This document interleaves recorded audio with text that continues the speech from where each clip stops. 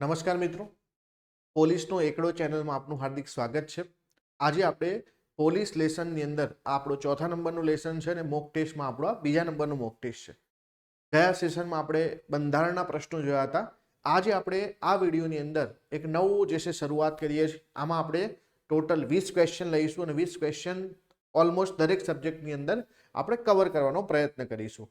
તો આ 20 ક્વેશ્ચનના આન્સર તમારે વિડીયો જોતા જોતા જે છે કોઈ પણ નોટબુકમાં લખવાના છે અને લાસ્ટમાં 20માંથી તમારો સ્કોર શું થયો છે તમારે કમેન્ટ કરવાની છે। ક્યાંય પણ ઇમ્પ્રુવમેન્ટની જરૂર છે તમને ખ્યાલ આવશે। તો ચલો સ્ટાર્ટ કરીએ આજનું સેશન। જો વિડીયો જોતા પહેલાં જો તમને આ વિડીયો જે છે આપણી ચેનલમાં જે આવતા વિડીયો ગમે છે તો વિડીયોને લાઇક કરો, આપણી ચેનલને સબસ્ક્રાઇબ કરો અને બીજા મિત્રો સાથે શેર કરવાનું ના ભૂલતા। ચલો તો સ્ટાર્ટ કરીએ છીએ। પહેલો જ ક્વેશ્ચન પહેલો ક્વેશ્ચન છે કે ભાઈ વિક્રમાદિત્ય શીર્ષક કોણે ધારણ કર્યું હતું? કોણે ધારણ કર્યું હતું ભાઈ? સમુદ્રગુપ્ત, કનિષ્ક, ચંદ્રગુપ્ત બીજો કે અશોક?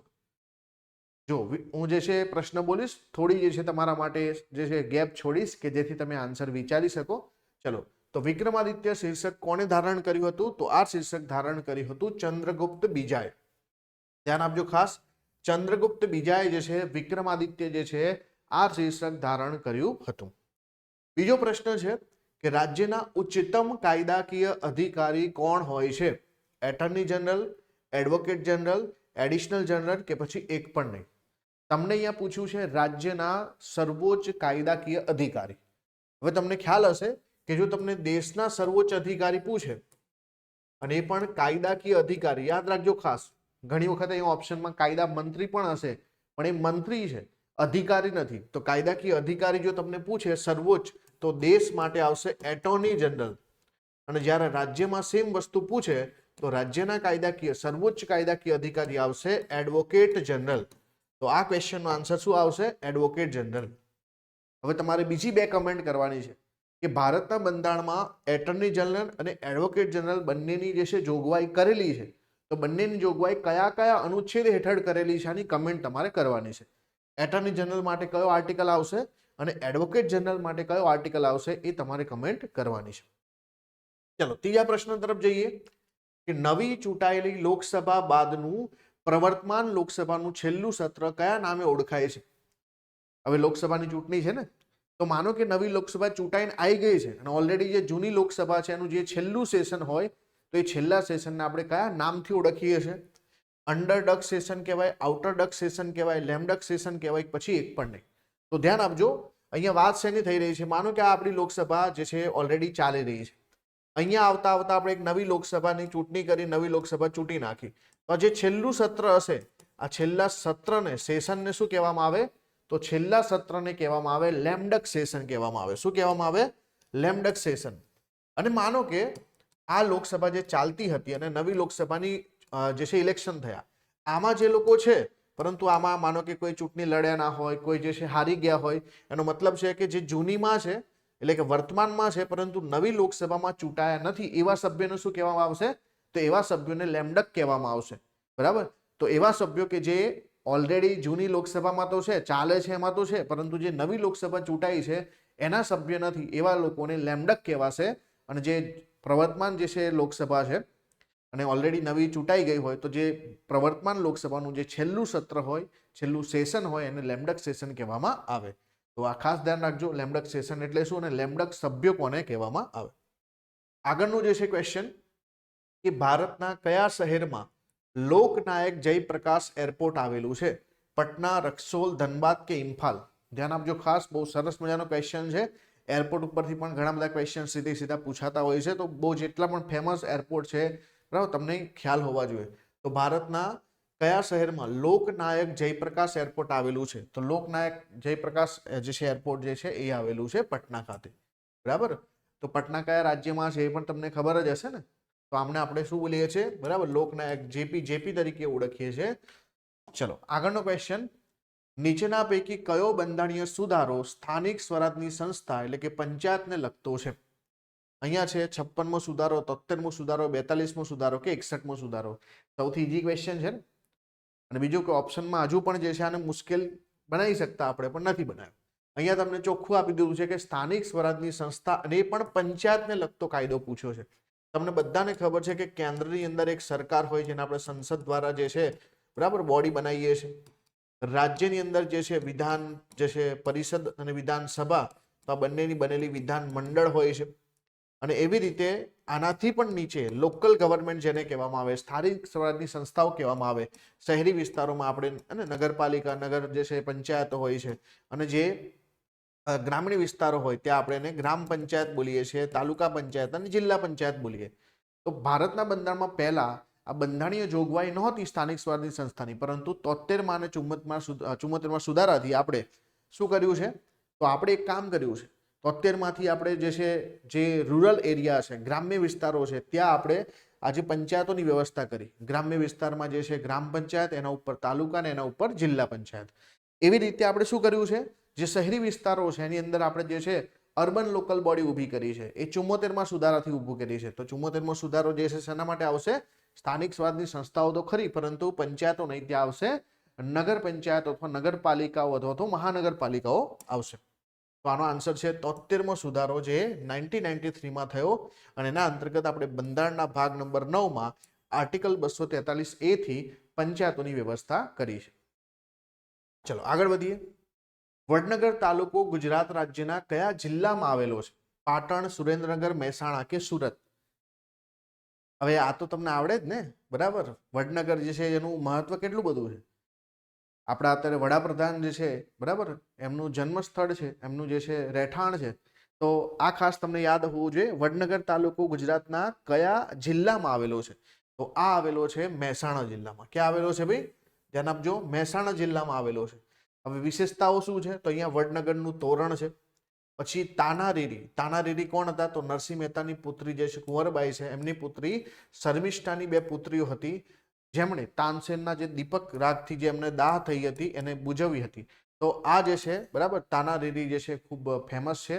અને ખાસ કરીને એમના નામ પરથી જે છે અહીંયા એક મહોત્સવ પણ થાય છે. તો એ મહોત્સવનું નામ શું છે? તમે કમેન્ટ કરી શકો છો.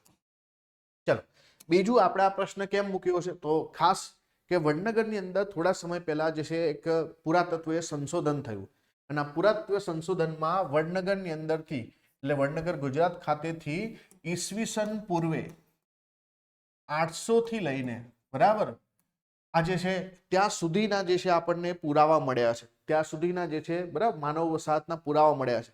એટલે એનો મતલબ છે કે ઓલમોસ્ટ જે છે 3000 વર્ષ પૂરા જે છે ને પૂર્વે જે છે આપણને માહિતી પ્રાપ્ત થઈ છે, જ્યાં મૌર્ય, ઇન્ડો ગ્રીક, હિન્દુ અને મુસ્લિમ શાસકોના વ્યવસાયના જે છે અનુગામી સમયગાળામાં આપણને જોવા મળે છે. એવું પણ કહી શકીએ આપણે કે આ જે એકચ્યુઅલીમાં જે છે બૌદ્ધ ધર્મ, જૈન ધર્મ, એમના પ્રારંભિક તબક્કા, એમના પૂર્વેની જે છે આખી વ્યવસ્થા અહીંયાથી આપણને મળી છે. અને સાથે સાથે અહીંયા અલગ અલગ કલાકૃતિઓ મળી છે. અને સાથે અહીંયા મતલબ કેમ આવતા હતા ગુજરાતમાં, વસાહતો કેમ વધી? તો ક્યાંક ને ક્યાંક મિડલ ઇસ્ટની અંદર જે છે જે આબોહવા પરિવર્તન થયા, ત્યાં જે છે વરસાદ ન પડે, તો આવી બધી પરિસ્થિતિને કારણે એ લોકો નવા નવા જે છે ને વિસ્તારોની શોધમાં જાય. તો આ ખાસ તમે યાદ રાખજો, વડનગર ખાતેથી આપણને આ જે છે બધું પ્રાપ્ત થયું છે. ચલો આગળ વધીએ. ગર્લ બિફોર એ મિરર, આ જાણીતું ચિત્ર જે છે કોનું છે? પોલ સિઝાન છે, પાબ્લો પિકાસો છે, માઇકલ એન્જેલો છે કે લિયોનાર્ડો દ વિન્ચી છે? ગર્લ બિફોર અ મિરર આ જે છે એક પિક્ચરનું નામ છે, પેઇન્ટિંગનું નામ છે. તો આ પેઇન્ટિંગ જે છે કોની છે? તો આ પેઇન્ટિંગ જે છે એ છે પાબ્લો પિકાસો. આ પાબ્લો પિકાસો, અહીંયા તમે પિક્ચર પણ જોઈ શકો છો, ગર્લ બિફોર અ મિરર 1932, ગર્લ બિફોર અ મિરર ને અહીંયા એક પિક્ચર તમને દેખાતું હશે. હવે આવી જે ફેમસ પેઇન્ટિંગ છે ને ખાસ પૂછાતી હોય પરીક્ષામાં, તો આપણે થોડી પેઇન્ટિંગ પણ જોઈ લઈએ. તમને બધાને ખબર છે કે આ મોનાલિસા છે, અને મોનાલિસાનું જે છે પિક્ચર કોણે દોર્યું છે? તો દાવિન્ચીએ દોર્યું છે, લિયોનાર્ડો દા વિન્ચી. પછી એક છે girl with a Perl earring છે. તો આ પર્લ ઇયરિંગ જે છે એ જોહાનસ જે છે વેરમીર દ્વારા દોરવામાં આવ્યું છે. એવી રીતે જે છે સ્ટેરી નાઇટ કરીને આ જે છે પેઇન્ટિંગ છે એ દોરવામાં આવ્યું છે વિન્સેન્ટ વેન ગોસ દ્વારા. તો આ 3 પેઇન્ટિંગ બહુ જ મહત્વના છે. પછી આગળ પેઇન્ટિંગ છે એ છે ધ કિસ નામનું પેઇન્ટિંગ છે, તે જે છે ગુસ્તાવ ક્લિમ્ટ દ્વારા દોરવામાં આવ્યું છે. એ રીતે બર્થ ઓફ વિનસ એ પણ જે છે બરાબર સેન્ડ્રો બોટિસેલી દ્વારા દોરવામાં આવ્યું છે. નામ થોડા અટપટા છે, પણ તમારા જે છે તમે જ્યારે પણ ગૂગલમાં સર્ચ કરજો કે ભાઈ વર્લ્ડના જે છે 5 સૌથી જે છે મોંઘા પેઇન્ટિંગ અથવા તો જે છે ફેમસ પેઇન્ટિંગ, તો તમને આ બધા નામ જોવા મળશે. તો આમાંથી પણ કોઈ પૂછાઈ શકવાની સંભાવના છે. દ્રવિડ કુળની ભાષાઓમાં કઈ ભાષાનો સમાવેશ ના કરી શકાય? તમિલ, કન્નડ, હિન્દી કે મલયાલમ? બહુ સરસ મજાનો ક્વેશ્ચન, સિમ્પલ ક્વેશ્ચન, કે જે દ્રવિડ કુળની ભાષાઓ છે એ બધા જાણતા હશો કે ભાઈ આપણે જે છે ને જે ઇન્ડસ વેલી સિવિલાઇઝેશન ભણીએ છીએ, સિંધુ ખીણની સભ્યતા, તો સિંધુ ખીણની સભ્યતા પછી શું થાય છે કે ભાઈ આર્યોનું આક્રમણ થાય છે, તો જે દ્રવિડ લોકો છે એ દક્ષિણ તરફ જતા રહે છે, તો ત્યાં દક્ષિણ તરફ જે છે એમની જે ભાષા સચવાય છે, તો એ ભાષાઓ જે છે એમાં દ્રવિડ કુળની ભાષામાં જે છે કઈ ભાષાનો સમાવેશ ના કરી શકાય? તો તમે જાણો જ છો કે તમિલ છે, કન્નડ છે, મલયાલમ છે, આ ત્રણ ભાષાઓ જે છે દ્રવિડ કુળની ભાષા છે. હિન્દી આમાં ના આવે, તો હિન્દી એકચ્યુઅલીમાં જે છે દ્રવિડ કુળની ભાષામાં આવતી નથી. હવે આપણે ભાષાને લગતા બંધારણની અંદર એક કોન્સેપ્ટ ભણ્યા છે કે ભાઈ 8મી અનુસૂચિ, તો 8મી અનુસૂચિમાં ટોટલ 22 ભાષાઓ છે, પણ ભારતમાં એક બીજો એક કોન્સેપ્ટ છે જેને આપણે બોલીએ છીએ શાસ્ત્રીય ભાષાઓ, ક્લાસિકલ લેંગ્વેજ. તો તમને ખ્યાલ છે ભારતમાં ટોટલ કેટલી ક્લાસિકલ લેંગ્વેજ છે?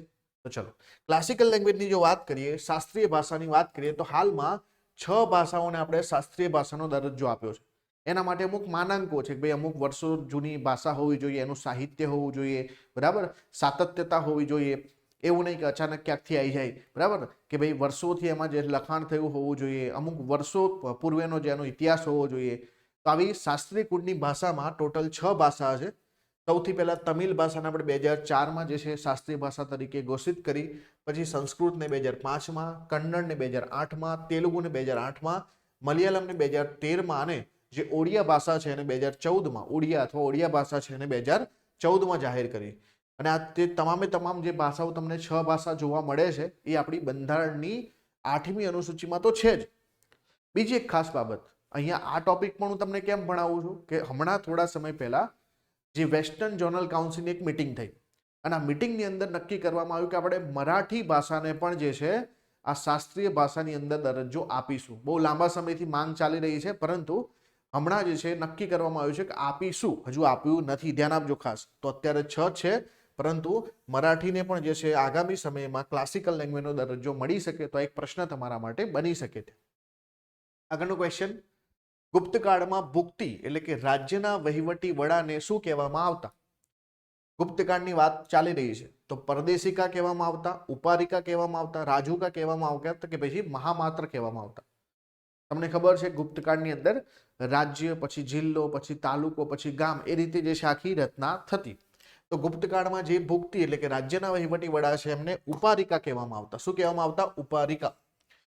જે ડિસ્ટ્રિક્ટ હોય એને વિશ્ય કહેવામાં આવતું, તો એના જે અધિકારી હોય એને વિશ્યપતિ કહેવામાં આવતા. સિટીને આપણે વિથિકા કહેતા, તો વિથિકાના જે છે બરાબર વડાને આપણે નગરપતિ કહેતા. ગ્રામ, વિલેજ, તો એને ગ્રામિકા કહેતા. તો ધ્યાન આપજો ખાસ, ગામડાના જે વડા હોય એને ગ્રામિકા કહેવામાં આવતું. જે શહેર હોય સિટી, તો એના વડાને આપણે નગરપતિ કહેતા. જે જિલ્લો હોય તો એના વડાને આપણે જે છે વિશ્યપતિ કહેતા, અને જે રાજ્યનો વડો હોય એને આપણે ઉપારિકા કહેતા. તો આ જે છે ગુપ્તકાળની વ્યવસ્થા છે. આગળનો ક્વેશ્ચન, રોલેટ એક્ટ ખાલી જગ્યા તરીકે પણ ઓળખાય છે. અરાજકતાવાદી અને ક્રાંતિકારી અપરાધ અધિનિયમ, ભારતીય અધિનિયમમાં ગુનાઓની રોકથામ, ભારતીય ગુના જૂથ અધિનિયમ, કે પછી એક પણ નહીં? તો રોલેટ એક્ટ વિશે તમે જાણતા જ હશો, જેને આપણે કાળા કાયદા તરીકે ઓળખતા, બરાબર, કે જેમાં કોઈ પણ ટ્રાયલ વગર ડાયરેક્ટલી જે છે કોઈ પણ વ્યક્તિની જે ધરપકડ થઈ શકતી ને એને સજા કરવામાં આવતી. તો નો અપીલ, બરાબર, એવું કહેતા ને આપણે કે ભાઈ એમાં જે છે ના તો આપણને કોઈ બેલ આપવામાં આવતી, ના તો કોઈ એનું ટ્રાયલ થતું, ના તો એની જે છે વાત સાંભળવામાં આવતી. તો આવા પ્રકારનો કાયદો કે જે એકચ્યુઅલીમાં જે ભારતની અંદર જે ક્રાંતિકારી પ્રવૃત્તિઓ છે એને રોકવા માટે લાવવામાં આવ્યો હતો, તો એ હતું અરાજકતાવાદી અને ક્રાંતિકારી અપરાધ અધિનિયમ, જેને આપણે રોલેટ એક્ટ કહીએ છીએ, જે 1919માં ફેબ્રુઆરી મહિનામાં લાવવામાં આવ્યો. આ એક્ટનો વિરોધ કરવામાં આવ્યો, કેમ કે આ એક્ટ અંતર્ગત જે છે પંજાબના 2 નેતાઓને જે છે ગિરફ્તાર કરવામાં આવ્યા હતા, અને એના જે છે વિરોધમાં જલિયાવાલા બાગમાં લોકો ભેગા થયા હતા, અને ત્યાં જે છે ને જનરલ ડાયર દ્વારા જે હત્યાકાંડ થયો, જેને આપણે જલિયાવાલા બાગ હત્યાકાંડ કહીએ છીએ, જો એ પણ આપણે જાણીએ છીએ. ચલો આગળ વધીએ. તો રોલેટ એક્ટની ખાસિયતો શું હતી? કે ભાઈ આ એક્ટ જે છે એકચ્યુઅલીમાં જે છે બરાબર કોર્ટને સત્તા આપી દેતું કે ભાઈ કોઈ પણ પુરાવા જે નિયમોમાં પણ નથી, બરાબર, એવા નિયમોમાં ના હોય એવા પુરાવાને પણ જે છે એ દફતરમાં લઈ શકતી. એમની જે છે સાથે કોર્ટની અંદર કોઈ પણ વાત સાંભળવામાં ના આવતી, સીધું જે છે ડાયરેક્ટલી વ્યક્તિને જે છે કોઈ પણ વોરંટ પણ ના આપવામાં આવતું, અને સરકારોને એટલો પાવર આપી દીધો કે ભાઈ કોઈ પણ વ્યક્તિની ધરપકડ કરી શકે ને સીધા જેલમાં નાખી શકે. કેન્દ્રીય સતર્કતા આયોગની રચના કઈ સમિતિની ભલામણથી કરવામાં આવી હતી? મંડળ સમિતિ, તેજ બહાદુર સપ્રુ સમિતિ, સ્વર્ણસિંહ સમિતિ કે પછી કે સંથાનામ સમિતિ? અહીંયા તમને પૂછ્યું છે કેન્દ્રીય સતર્કતા આયોગ, જેને ઇંગ્લિશમાં આપણે બોલીએ છીએ સીવીસી, સેન્ટ્રલ વિજિલન્સ કમિશન. તો સેન્ટ્રલ વિજિલન્સ કમિશનની સ્થાપના કઈ સમિતિની ભલામણથી કરવામાં આવી? તો તમે બધા જાણો છો કે સેન્ટ્રલ વિજિલન્સ કમિશનની જે સ્થાપના છે એ કે સંથાનામ સમિતિની ભલામણથી કરવામાં આવી. આ જે કે સંથાનામ સમિતિની ભલામણના આધારે આપણે સીવીસીને સૌથી પહેલા એક એક્ઝિક્યુટિવ બોડી બનાવી, પણ પાછળથી આપણે એને બરાબર એક કાયદાકીય સંસ્થા તરીકે, કેમ કે આપણે સીવીસી એક્ટ પાસ કર્યો અને સીવીસી એક્ટ અંતર્ગત આપણે એને વૈધાનિક સંસ્થા, કાયદાકીય સંસ્થા બનાવી દીધી. તો આ કયા વર્ષમાં બનાવી કોઈ કહી શકે? બીજું કે જોડે જોડે તમે જોઈ શકો કે જે મંડળ સમિતિ છે એ શેના માટે હતી? જે ઓબીસી માટે જે છે મંડળ સમિતિ બનાવવામાં આવી હતી. એકચ્યુઅલીમાં પછાત વર્ગ આયોગ જેને કહેવામાં આવે. આ શું હતું? પછાત વર્ગ આયોગ. આ જે છે પછાત વર્ગ આયોગ બીજા નંબરનું હતું. પહેલા નંબરનું કોના અધ્યક્ષતામાં બન્યું હતું? કાકા સાહેબ કાલેલકરની અધ્યક્ષતામાં બન્યું હતું. ત્યાર પછી તેજ બહાદુર સપ્રુ સમિતિ નોન પાર્ટી કોન્ફરન્સમાં આવે છે અને સાથે સાથે તેજ બહાદુર સપ્રુ સમિતિની ભલામણના આધારે આપણે ક્યાંક ને ક્યાંક જે છે ડીપીએસપી એડ કર્યા છે ભારતના બંધારણમાં. સ્વર્ણસિંહ સમિતિ તમને ખબર જ છે 42માં સુધારા માટે જાણીતા છે અને 42માં સુધારામાં જ મૂળભૂત ફરજો, ફંડામેન્ટલ ડ્યુટી જે છે એ સ્વર્ણસિંહ સમિતિની ભલામણથી, સરદાર સ્વર્ણસિંહ સમિતિની ભલામણથી લાવવામાં આવી હતી. કે સંથાનામ સમિતિ જે છે સેન્ટ્રલ વિજિલન્સ કમિશન 1963 અને 1964માં જે છે શું બને છે? આ સીવીસીની સ્થાપના થાય છે. પરંતુ એને કાયદાકીય દરજ્જો ક્યારે મળે છે તમારે કમેન્ટ કરવાની છે. ચલો ત્યાર પછીનો ક્વેશ્ચન છે કે કયા સુધારા દ્વારા શિક્ષણને બંધારણની સહવર્તી સૂચિમાં સામેલ કરવામાં આવ્યું?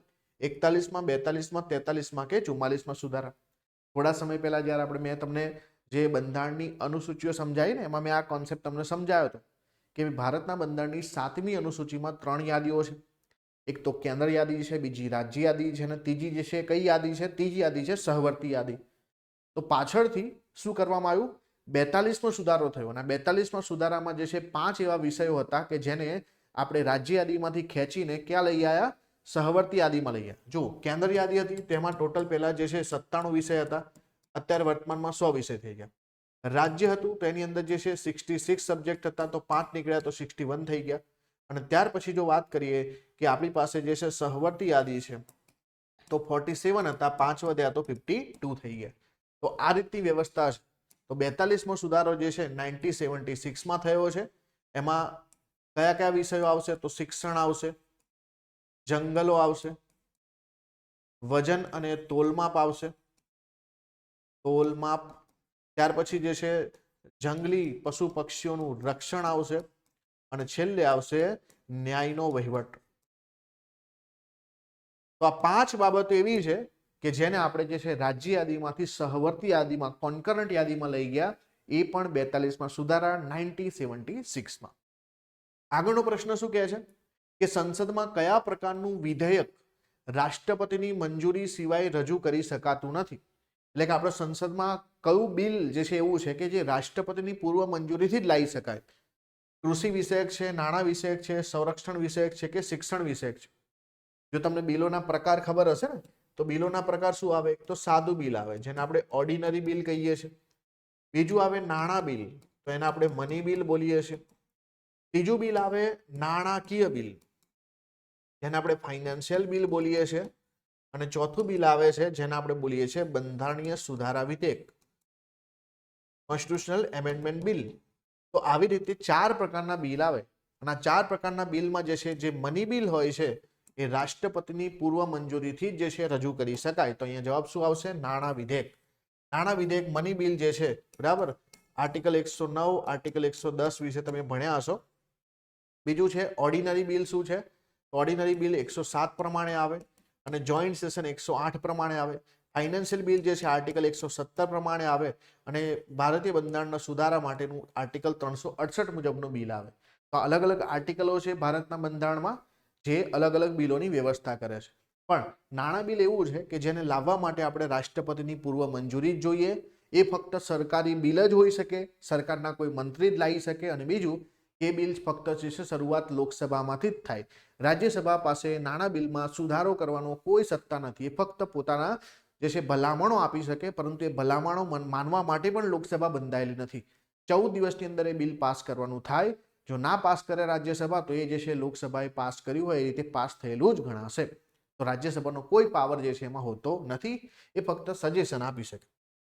આગળ વધીએ. સ્વાતંત્ર્ય સંગ્રામ વખતે થયેલી ખેડાની લડતનો ઇતિહાસ કોના દ્વારા લખવામાં આવ્યો છે? જે ખેડા સત્યાગ્રહ છે ને, તો ખેડા સત્યાગ્રહની જે લડાઈ થઈ એ એકચ્યુઅલીમાં જે છે કોના દ્વારા લખવામાં આવી? શંકરલાલ પરીખ, શંકરલાલ બેંકર, મહાદેવ દેસાઈ કે મોહનલાલ પંડ્યા? તો જે ખેડા સત્યાગ્રહ છે, આ ખેડા સત્યાગ્રહનો જે ઇતિહાસ લખવામાં આવ્યો છે વ્યક્તિ છે શંકરલાલ પરીખ. ધ્યાન આપજો ખાસ, શંકરલાલ પરીખ દ્વારા લખવામાં આવ્યું છે. તો શંકરલાલ પરીખ જે છે એમનો જન્મ 4 જૂન 1886 ના રોજ ખેડા જિલ્લાના કઠલાલ ખાતે થયો હતો. તેમણે 1910માં ભારતીય રાષ્ટ્રીય કોંગ્રેસના અધિવેશનમાં હાજરી આપી.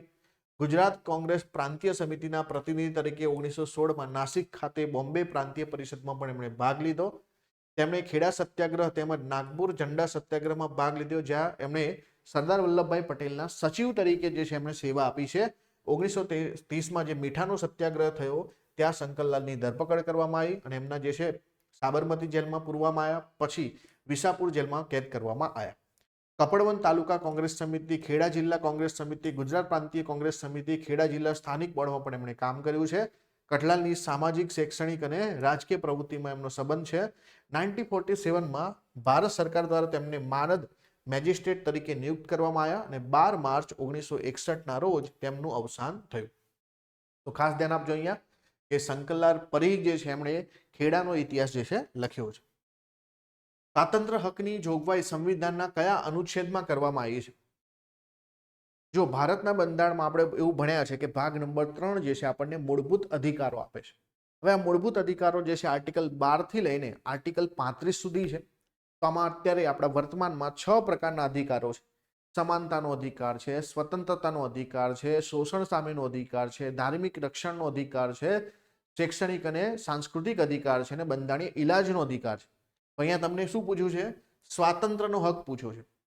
બરાબર, તો સ્વાતંત્ર્યનો હક જે છે ક્યાંથી આવશે? જો 14 થી 18 છે ને એ રાઇટ ટુ ઇક્વાલિટી એટલે કે સમાનતા આવશે. 19 થી 22 જે છે એ સ્વાતંત્ર્યનો અધિકાર આવશે, સ્વતંત્રતાનો અધિકાર આવશે. 23 અને 24 શોષણ સામેનો આવશે અને 25 થી 28 જે છે ધાર્મિક અધિકાર આવશે. તો આ ક્વેશ્ચનનો આન્સર શું આવશે? આર્ટિકલ 19 થી 22 જે આપણને રાઇટ ટુ ફ્રીડમ આપે છે. એમાં પણ આર્ટિકલ 19 જે છે અમુક પ્રકારની સ્વતંત્રતાઓ આપે છે. 6 પ્રકારની સ્વતંત્રતાઓ આપણને પ્રાપ્ત થાય છે. આર્ટિકલ 20 જે છે એ દોષ સિદ્ધિ સામે રક્ષણ આપે છે. આર્ટિકલ 21 જે છે એ જીવન જીવવાનો અધિકાર આપે છે. આર્ટિકલ 21A જે છે એ શું આપે છે આપણને? તો રાઇટ ટુ એજ્યુકેશન અને 6 થી 14 વર્ષના બાળકોને મફત અને ફરજિયાત પ્રાથમિક શિક્ષણનો અધિકાર આપે છે. આર્ટિકલ 22 શું આપે છે? તો આર્ટિકલ 22 જે છે ધરપકડ સામેનો અધિકાર આપે છે આપણને. ધરપકડ સામેની રક્ષણનો અધિકાર આપે છે. તો બધા આર્ટિકલ 19 થી 22 સુધી આપણા સ્વાતંત્ર્યના હક છે. ચલો આગળ વધીએ. પરબ માસિક કઈ સંસ્થા દ્વારા બહાર પાડવામાં આવે છે? ગુજરાત વિદ્યાસભા, ગુજરાત સાહિત્ય સભા, ગુજરાત સાહિત્ય પરિષદ કે ગુજરાત સાહિત્ય અકાદમી? તો જુઓ, પરબ જે છે એ એકચ્યુઅલીમાં ગુજરાત સાહિત્ય પરિષદ દ્વારા બહાર પાડવામાં આવે છે, જે આવેલી છે અમદાવાદમાં. ગુજરાત વિદ્યાસભા દ્વારા બુદ્ધિ પ્રકાશ બહાર પાડવામાં આવે છે, એ આવેલી છે અમદાવાદમાં. ગુજરાત સાહિત્ય સભા જેના દ્વારા રણજીતરામ સુવર્ણચંદ્રક આપવામાં આવે છે એ પણ અમદાવાદમાં છે. જ્યારે ગુજરાત સાહિત્ય અકાદમી ગાંધીનગરમાં આવેલી છે અને એના દ્વારા શબ્દ સૃષ્ટિ બહાર પાડવામાં આવે છે. ધ્યાન આપજો, શબ્દ સૃષ્ટિ, પરબ અને બુદ્ધિ પ્રકાશ 3 અલગ અલગ. તો ગુજરાત વિદ્યાસભા જે છે બુદ્ધિ પ્રકાશ બહાર પાડે છે, ગુજરાત સાહિત્ય પરિષદ પરબ બહાર પાડે છે અને ગુજરાત સાહિત્ય અકાદમી શબ્દ સૃષ્ટિ બહાર પાડે છે. ચાલો આગળ વધીએ. સંગમ સાહિત્યની રચના ક્યાં થઈ હતી? કાલિકટ, પુલિકટ, મદુરાઈ કે પાટલીપુત્ર? સંગમ સાહિત્ય વિશે તમે ઘણું બધું ભણ્યા હશો. તો સંગમ સાહિત્યની રચના જે છે ક્યાં થઈ હતી? સંગમ સાહિત્યની રચના ક્યાં થઈ હતી? તો સંગમ સાહિત્યની રચના જે છે એકચ્યુઅલીમાં મદુરાઈમાં થઈ હતી. ક્યાં થઈ હતી? સંગમ સાહિત્યની રચના કયા જે છે ભાષામાં થઈ છે? તો તમિલ ભાષામાં થઈ છે. ધ્યાન આપજો ખાસ.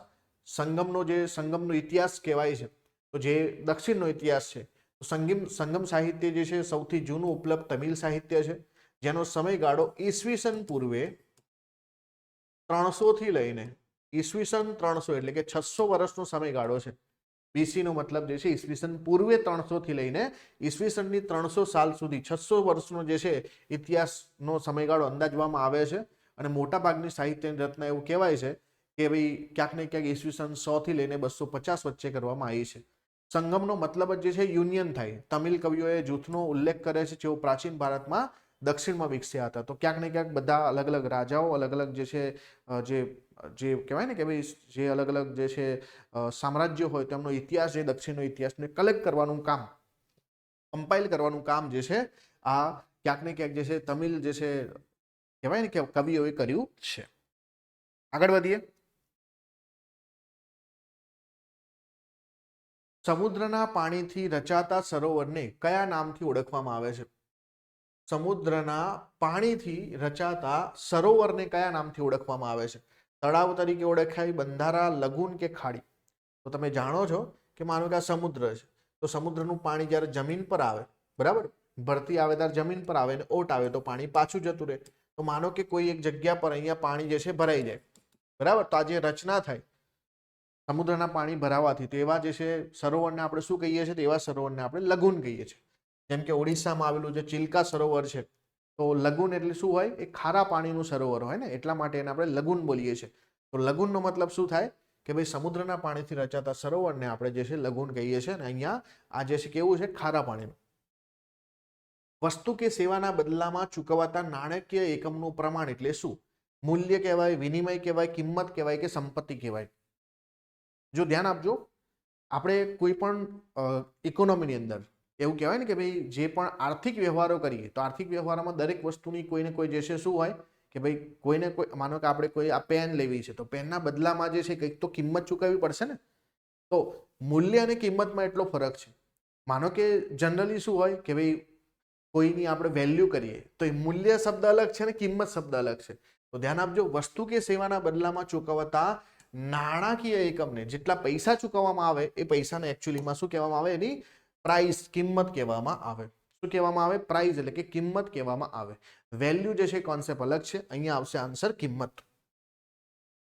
ન્યૂટનની ગતિનો કયો નિયમ બળનું માપ આપે છે?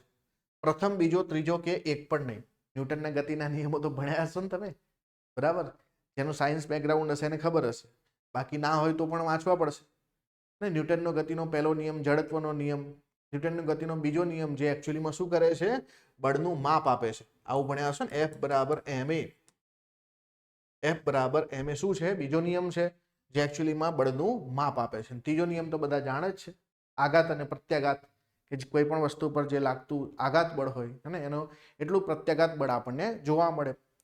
બીજું છે કે પહેલો નિયમ શું કહે છે કે ભાઈ સ્થિર વસ્તુને જે છે આપણે ગતિમાં લાવવી હોય તો વધારે જે છે મહેનત કરવી પડે. જડત્વનો નિયમ આ જ કહે છે ને. તો આ ત્રણ નિયમો તમારે જે છે વાંચી લેવાના છે. તો આ થઈ ગયા આપણા આજના 20 ક્વેશ્ચન અને હું આશા રાખું છું કે આજનો સેશન તમને ખૂબ ઉપયોગી થશે. આ એક પ્રકારનો એક્સપેરિમેન્ટ છે કે ભાઈ તમને જે છે આ પ્રકારના સેશન યોગ્ય લાગે છે, તમે તમારી જે મહેનત કરો છો, વાંચો છો, એને તમે અહીંયા જસ્ટિફાઈ કરી શકો છો કે નહીં. અને વધુને વધુ જે છે આપણે, બરાબર, હવે કરંટ અફેર છે, આપણા જેટલા પણ અગત્યના સબ્જેક્ટ છે, સાથે આપણી થિયરી પણ જે છે પોલિટીને હવે થોડા સમયમાં આપણે સ્ટાર્ટ કરીશું. ઓલરેડી મેં તમને ઇન્ટ્રોડક્શન સેશન ને બધું તો આપી દીધું છે. આપણે બંધારણનો ઇતિહાસ, બંધારણ સભા બધું સ્ટાર્ટ કરવાનું છે ધીમે ધીમે. તો ખાસ જો વિડીયો જે છે ગમે તો લાઈક જરૂરથી કરજો. અને બીજું કે આપણા ચેનલ પર આવતા દરેકે દરેક વિડીયોની નોટિફિકેશન તમને આવે એના માટે તમે સબસ્ક્રાઇબ જરૂરથી કરજો. All the best. Thank you.